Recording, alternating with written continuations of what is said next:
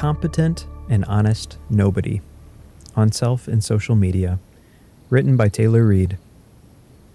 Halfway through a snowy intersection in a nearby town, my blood pressure jumped. Our car lurched, stalled, and locked up in park because of a dead fuel pump. I didn't know that then, so I hopped out to see what I could do as it threw irrelevant codes. I fumbled around with the hood up, overhearing muffled bits of my wife Jessie's conversation with our insurance's roadside assistants. Quote, "No, the app won't work, and no, you can't text a URL. This isn't a smartphone." Right, Michigan. No, Michigan. Correct, not Wisconsin. End quote. The conveniences of a smartphone wouldn't have mattered at that moment anyway. They didn't have anyone they could send out for a tow. Local tow services were busy. In my own phone, my lifeline was just about dead itself.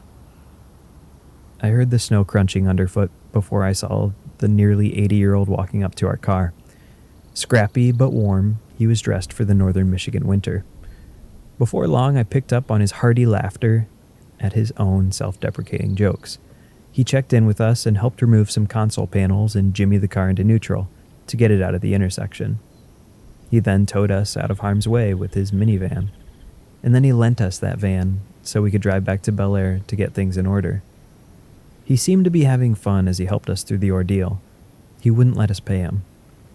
I didn't know who he was. What I did know was that, at that moment, he offered the hand we needed and more. He didn't act to boost his ego or prove his worth. His help just seemed an extension of who he was. And simply by nature of being who he was, he offered a grounding sense of community and care. I hunger for that sense at times, especially when in crowds or even medium-sized groups of people. I can find it tricky to get out of my own head, and I'm acquainted with a sense of alienation despite the presence of plenty of folks. Not always, surely, but often enough for the sensation to be familiar. You too, right? No? Maybe I shouldn't have brought it up. At any rate, my inclination used to be to seek that sense of community not through vulnerable conversation or acts of care, especially in those group settings, but through posting on social media.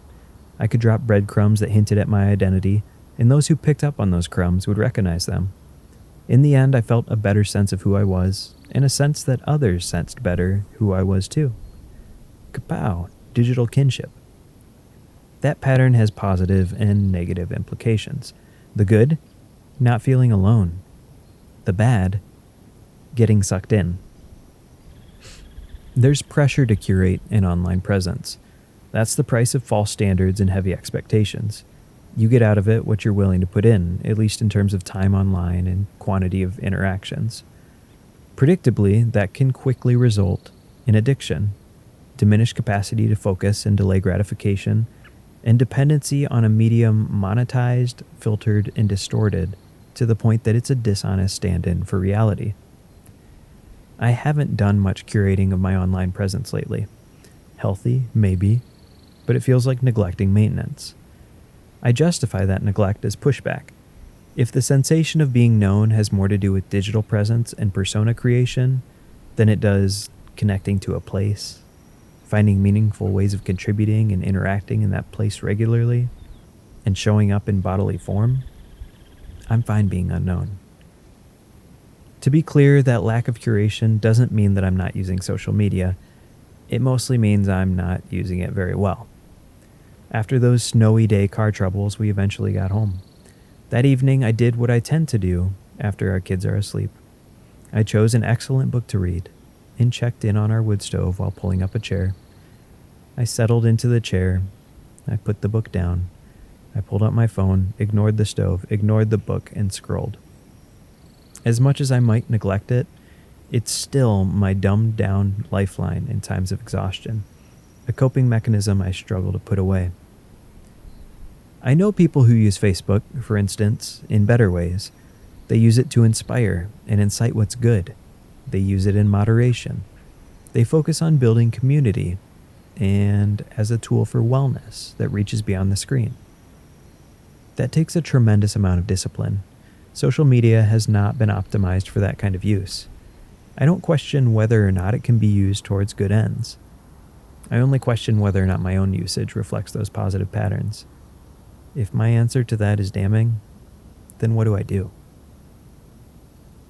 I have no desire to lose touch with the dispersed pockets of people I connect to through social media. And when it comes to the informal economy, which I value, Facebook Marketplace is my go-to. At the same time, my track record shows that I'm vulnerable to the slippery slope of a system designed to discourage restraint. I think it's worth reflecting on the good of social media and what I might miss, because there is good and there are things that I'll miss. Hang on. That last statement began with the words, I think.